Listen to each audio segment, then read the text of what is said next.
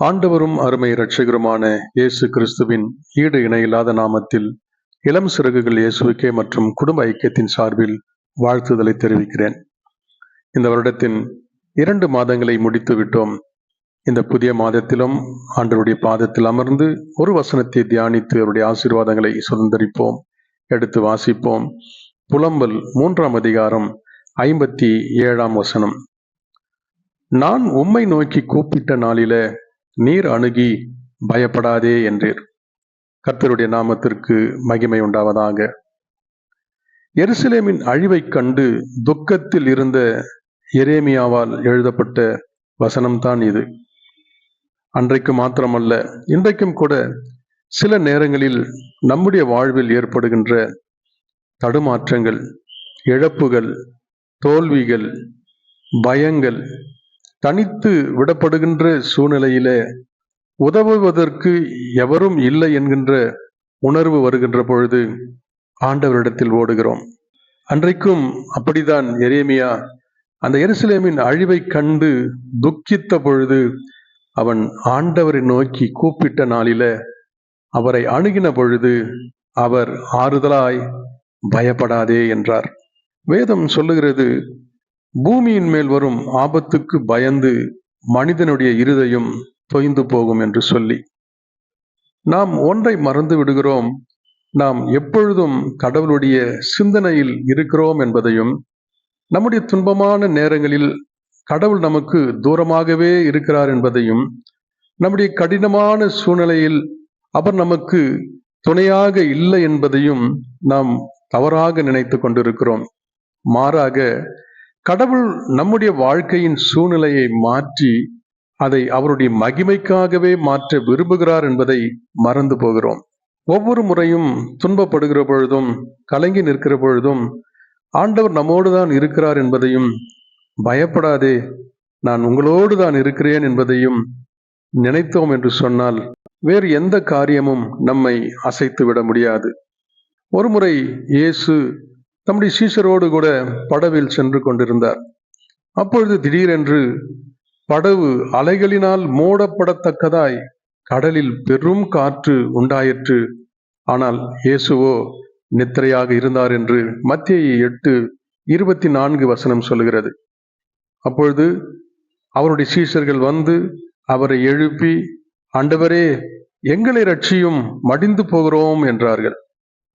இயேசுவின் அநேக அற்புதங்களை, அடையாளங்களை பார்த்த அவர்கள் அவரோடு கூட இருந்த இயேசு உறங்கிக் கொண்டிருக்கிறார் என்ற உணர்வு அவர்களுக்கு ஏற்பட்ட பொழுது அவர் உறங்குகிறார் என்றுதான் நினைத்தார்கள். ஆனால் அவர் அவர்களோடு இருக்கிறார் என்பதை மறந்து போனார்கள். அவரை எழுப்பி, ஆண்டவரே எங்களை ரட்சியும், மடிந்து போகிறோம் என்றார்கள். அதற்கு அவர், இயேசு, அற்ப விசுவாசிகளே ஏன் பயப்படுகிறீர்கள் என்று சொல்லி எழுந்து காற்றையும் கடலையும் அதட்டினார். உடனே மிகுந்த அமைதல் உண்டாயிற்று. இன்றைக்கும் நாம் அற்ப விசுவாசிகள் போல்தான் பயந்து கொண்டு இருக்கிறோம். தேவன் நமக்கு வாக்கு பண்ணினதை நிறைவேற்ற வல்லவராய் இருக்கிறார் என்பதை மறந்து போகிறோம்.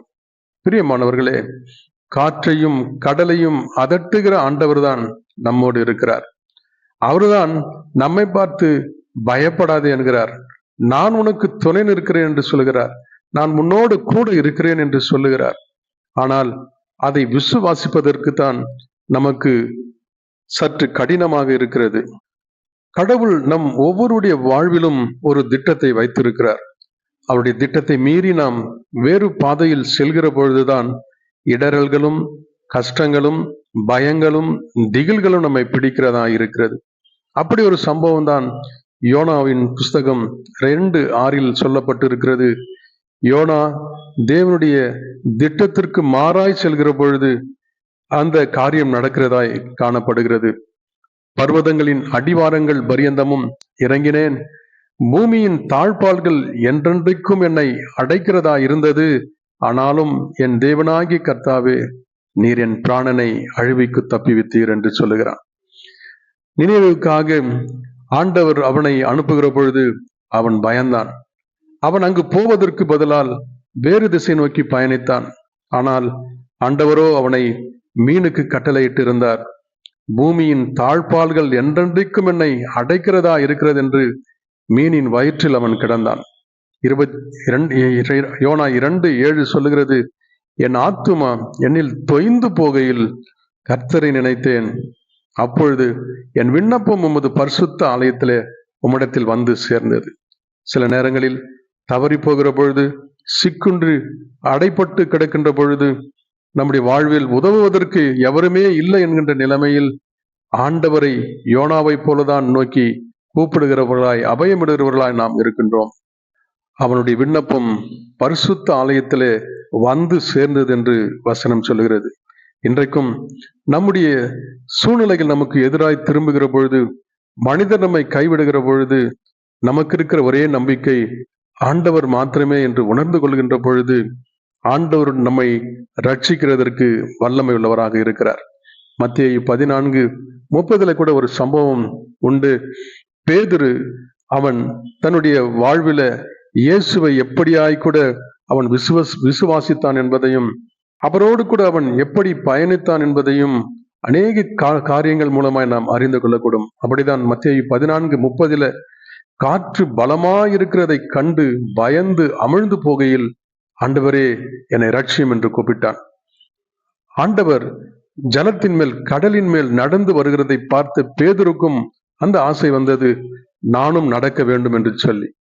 ஆனால் காற்றையும் கடலையும் அவன் பார்த்த பொழுதோ, அவன் நடந்து வந்தவன் திடீரென்று பயந்து போய் அவன் மூழ்குகிறவனாய் காணப்பட்டான். நம்மை சுற்றிலும் எத்தனையோ எதிர்ப்புகளும் பயங்களும் திகில்களும் நம்மை நெருக்குகின்ற பொழுது, ஆண்டவரும் நம்மோடு கூட தான் இருக்கிறார். ஆனால் அவர் இருக்கிறார் என்பதை மறந்து விடுகிறோம். நாம் காற்றை பார்க்கிறோம், கடலை பார்க்கிறோம், அதன் நிமித்தமாய் நாம் அமிழ்ந்து போவோம் என்று நினைக்கிறோம்.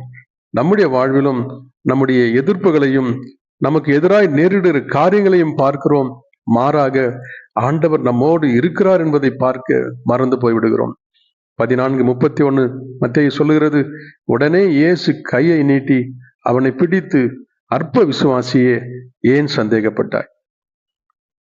சில நேரங்களில் நாம் உணர்த்தப்படுகின்ற பொழுது நமக்கு மிகுந்த அவமானமாய் போய்விடுகிறது. ஒன்றை மட்டும் மறந்து விடாதிருங்கள், நம்முடைய எப்பேற்பட்ட சூழ்நிலையிலும் தேவன் நம்மோடு இருக்கிறார். நம்முடைய வலது கரத்தை பிடித்து, பயப்படாதே, நான் உனக்கு துணை நிற்கிறேன் என்று சொல்லுகிறார். எதுவும் நம்மை அசைத்து விட முடியாது, எதுவும் நம்மை தள்ளிவிட முடியாது. ஏனென்றால் நங்குரமாகிய இயேசு நம்மோடு இருக்கிறார். இந்த புதிய மாதத்திலும் அவருடைய கரம் நம்மை பலமாய் ஆளுகை செய்வது நிச்சயம்.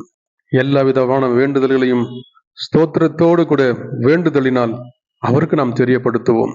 சூழ்நிலைகள் அவருக்கு புரியும். நம்முடைய வாழ்வை அவர் தம்முடைய கரத்தில் எடுப்பது நிச்சயம். நம்மை மகிமையாய் கூட நம்முடைய சூழ்நிலைகளை மாற்றி அவருடைய மகிமைக்காக நம்மை மாற்றி வெற்றி சிறக்க பண்ணுவார் என்பது நிச்சயம். அவருடைய கரத்தில் நம்மை ஒப்பு கொடுப்போம், செபிப்போம். கண்ணீரின் பள்ளத்தாக்கில் நடக்கும் போதெல்லாம், கண்ணீரின் பள்ளத்தாக்கில் நடக்கும் போதெல்லாம், கனிவோடு உந்தன் கரம் என்னை அணைத்ததே, கனிவோடு உந்தன் கரம் என்னை அணைத்ததே. உயிருள்ள நாளெல்லாம் உம்மை உயர்த்துவேன், வாழ்கின்ற நாளெல்லாம் உமக்காய் ஓடுவேன். உயிருள்ள நாளெல்லாம் உம்மை உயர்த்துவேன், வாழ்கின்ற நாளெல்லாம் உமக்காய் ஓடுவேன். இயேசு ராஜனே, உம் திவ்ய கிருபையே, பட்டு போன எந்தன் வாழ்வை செழிக்க வைத்ததே.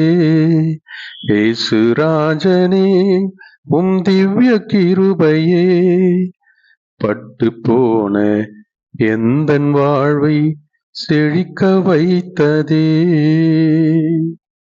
நேசிக்கிற அன்பின் நல்ல ஆண்டவரே, இந்த நாளுக்காக நன்றியோடு உம்மை துதிக்கிறோம், உம்மை ஸ்தோத்தரிக்கிறோம். நீர் தந்த எல்லா நல்ல வாய்ப்புகளுக்காக உமக்கு நன்றி செலுத்துகிறோம். இம்மட்டும் ஜீவனை தந்ததுமல்லாமல் உம்முடைய கிருபையை ஒவ்வொரு நாளும் எங்களுக்காக வைத்திருக்கிறதுக்காய் ஸ்தோத்திரம். எங்கள் இழப்புகள், தோல்விகள், பயங்கள், தனிமைகள் எல்லாவற்றின் மத்தியிலும் ஆறுதல் படுத்துகிற தேவனாய் எங்களோடு நீர் வந்து எங்களுக்கு துணை நிற்கிறதற்காய் ஸ்தோத்திரம். எங்களை உணர்த்துகிறதற்காய் ஸ்தோத்திரம். கடந்த மாதத்துல எழுந்து போன எல்லாவற்றையும் கூட நிறைவாக்கி தருகிற தேவ கரத்துல எங்களை அர்ப்பணிக்கிறோம், ஒப்புக் கொடுக்கிறோம். எங்கள் சூழ்நிலைகள், எங்கள் தனிமைகள், எங்களுடைய உபத்திரவங்கள், கஷ்டங்கள் எல்லாவற்றில் மத்தியிலும் நீரே எங்களுக்கு ஆறுதல் செய்கிறவராய், உதவி செய்கிறவராய் நீர் எங்களை உங்களுடைய கரத்தில் ஏந்தி கொள்ளும். எங்கள் தேவைகள் மத்தியிலே நீர் எங்களுக்கு போதுமானவராக இருந்து எங்களையும் எங்கள் உடைமைகள் எல்லாவற்றையும் நீர் பாதுகாத்துக் கொள்ளும். என்றைக்கும் உமக்கு நன்றியுள்ளவர்களாய் ஜீவிக்க எங்களுக்கு நல்ல இருதயத்தை தாரும். உம்முடைய கரத்தில் எங்களை அர்ப்பணிக்கிறோம், ஒப்புக் கொடுக்கிறோம். காத்து நடத்துவீராக. இயேசுவின் நாமத்தில் ஜெபிக்கிறேன் நல்ல பிதாவே,